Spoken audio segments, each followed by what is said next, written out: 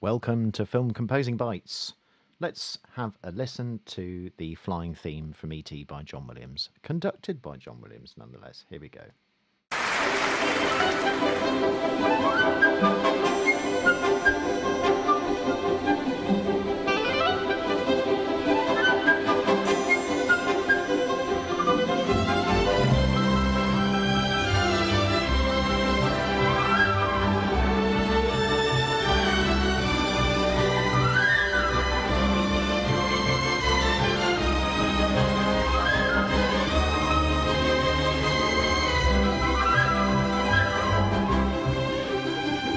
Fantastic harmony, fully supports the melody, and it has this feeling of floatingness, which is exactly what he wanted in the whole in that sort of section of the film. Let's have a look at the harmony. What's going on here? So we start off with a C major 9 chord. In fact, the B at the top is only briefly played by the strings, by the violins actually. Then we've got a G7 sus4 chord, and it seems to oscillate between the E.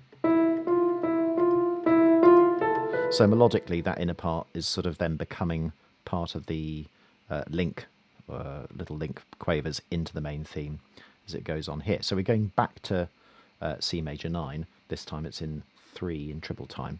So the melody is in all of the strings, including the cello, and all the woodwind, including the bassoon.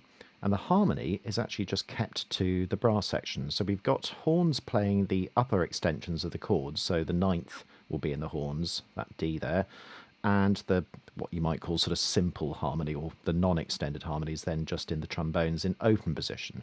So the horns are in close position, in other words close together, and the trombones are in open position far away. Just as we go along, I've uploaded this in a Dropbox link below the YouTube clip, so you can have a look at that at your own time. So I just wanted to point out a few things here, but which I found interesting. First of all, the way that horns are written are similar to the way you might write a sort of saxophone line for a jazz arrangement. Everything is kept to the smoothest possible transition between each chord, so it doesn't have any wide leaps anywhere at all. If you follow that horn part,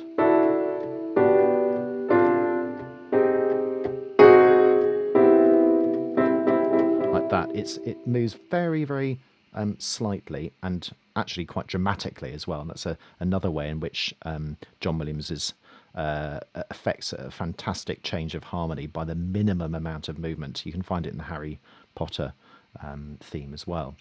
So we start off with C major 9.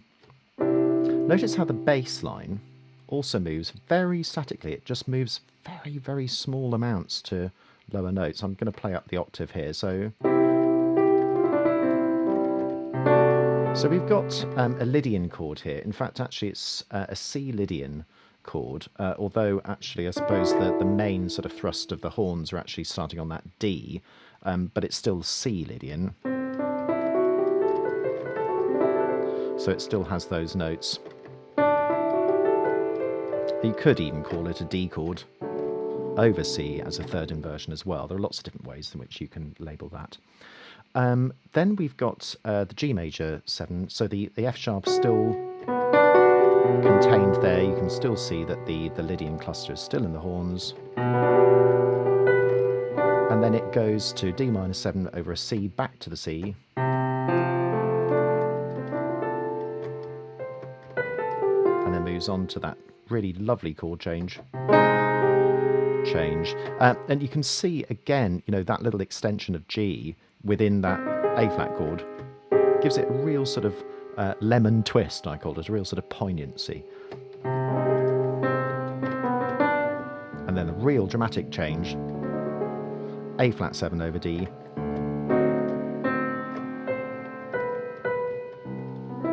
Back to C major 9, where it's first started off. Just a wonderful harmonic progression, which is totally in keeping with the melody and also the film as well. This flighty, floating quality that you've got is maintained because they don't have any sort of very dramatic moves in terms of sort of wide gaps. Everything moves to the next nearest note, but also that bass line is so static. It has that feeling of suspended, when you're sort of floating above yourself. It's that sort of suspended feeling. Absolutely fantastic.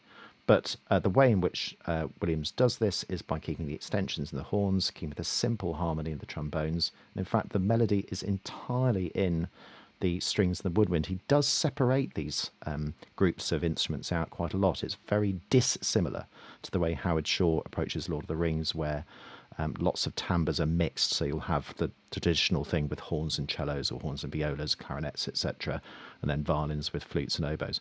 So he doesn't do that in this, and actually he rarely does that. Very occasionally he'll double things with instruments from a different family group, but often this is the case of separation. I think that adds to the clarity of orchestration you tend to get, which he basically does himself. Everybody else just sort of copies what he's written out.